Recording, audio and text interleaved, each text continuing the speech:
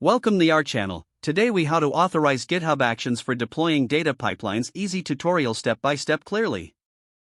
Start by logging in to your GitHub account. Navigate to the repository where you want to set up GitHub Actions. Click on the Actions tab located at the top of your repository page. If it's your first time using GitHub Actions, you may see suggested workflows.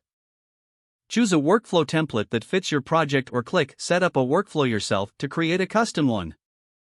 In the editor, you'll see a default YAML file structure.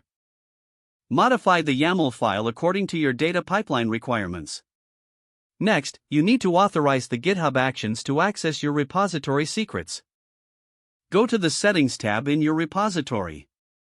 In the left sidebar, click on Secrets and Variables, then select Actions. Click the New Repository Secret button. Add the necessary secrets your pipeline will require, such as API keys or access tokens. Give each secret a recognizable name. Fill in the secret value and click Add Secret to save it. Return to your workflow YAML file and reference the secrets using the syntax $secrets.secret_name. Save your file by committing the changes to the main branch or your preferred branch.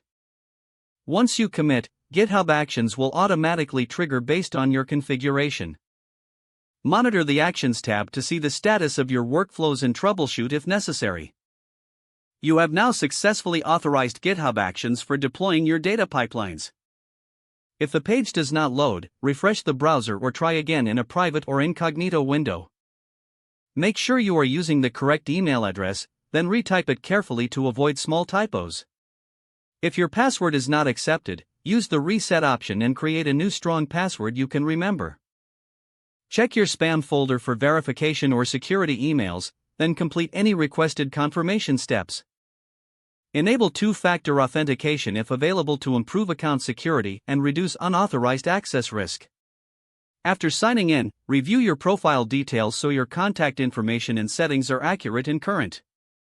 If you see an error message, note it down and try again after restarting your device and internet connection.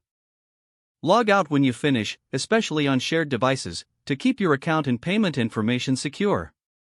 If the page does not load, refresh the browser or try again in a private or incognito window.